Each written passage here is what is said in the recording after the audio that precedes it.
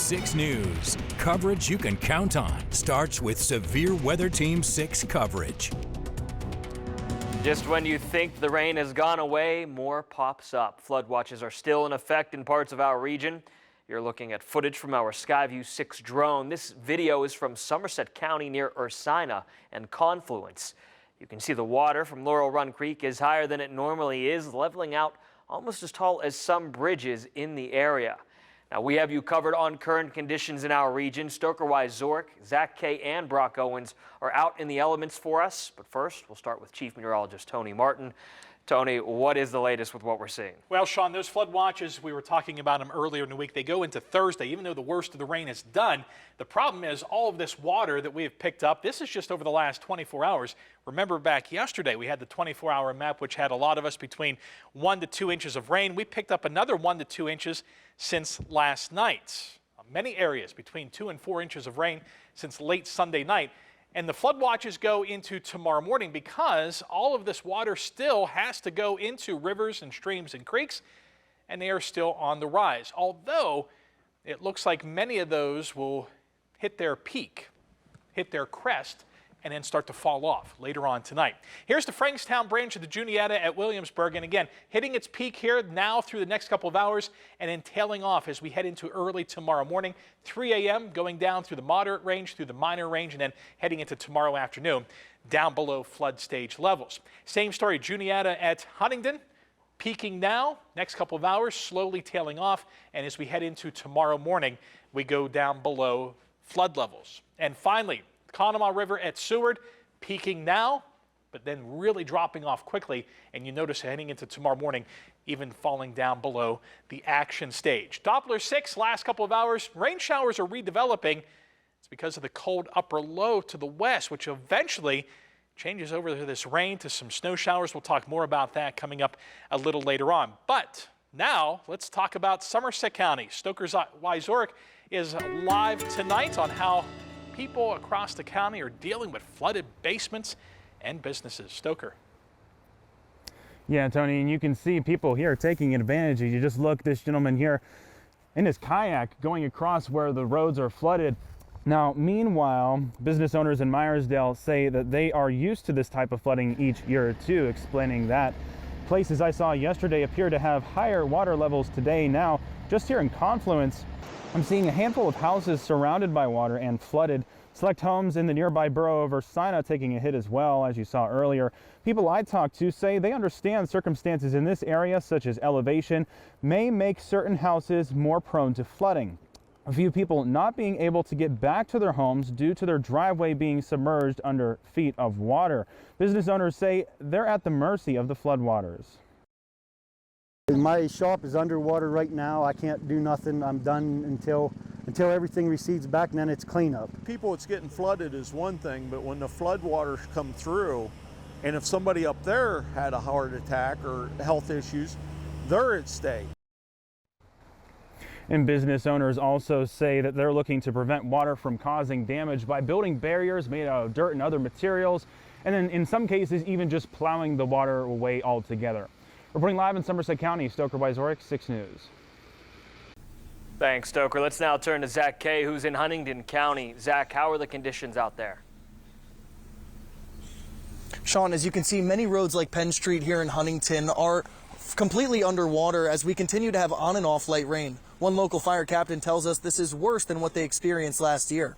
According to the National Weather Service, the Juniata River is at a moderate flood stage and expected to reach its highest point later tonight, closer to 9 p.m. and then into the early hours of the morning. 6 News stopped by one local baseball field in Huntington that is completely submerged. One shopping center near the Juniata River in Huntington started preparing early this morning, making a dirt barricade at one of their entrances. They said they did this 2 years ago and it helped prevent the flooding. Throughout the county, you will find road closures, including Route 305 near Alexandria. One local fire official tells us that it's important to remember that moving water can look like it's still and can sweep you away easily. There's a lot of flooding conditions around town. We've heard them all across the county: vehicles stuck in water, people stuck in their vehicles, flooded basements, pretty much anything flooding related.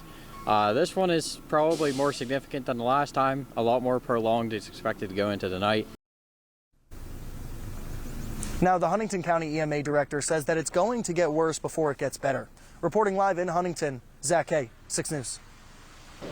Thanks, Zach. Now let's go to Brock Owens in Indiana County, where the flooding made emergency officials suggest residents leave their home in one community. Brock, where are you and what are you hearing from those in town? Sean, the fire chief says this is the worst of the flooding that he's seen here in Clymer, even though it happens every couple of years, and this time leaving this Little League baseball field completely underwater. The chief of Clymer Volunteer Fire Company, Brett Gromley, says they were prepared for the flooding to start and actually expected flooding to start last night, but it ended up being about 6 this morning they were called out. When the water started covering the area around Tulick Creek, fire crews suggesting residents leave the area with a voluntary evacuation, and say about 80% of residents on Sherman and Adams Street did leave. They suggested people leave because the closest fire department with a water rescue crew is about a half hour away.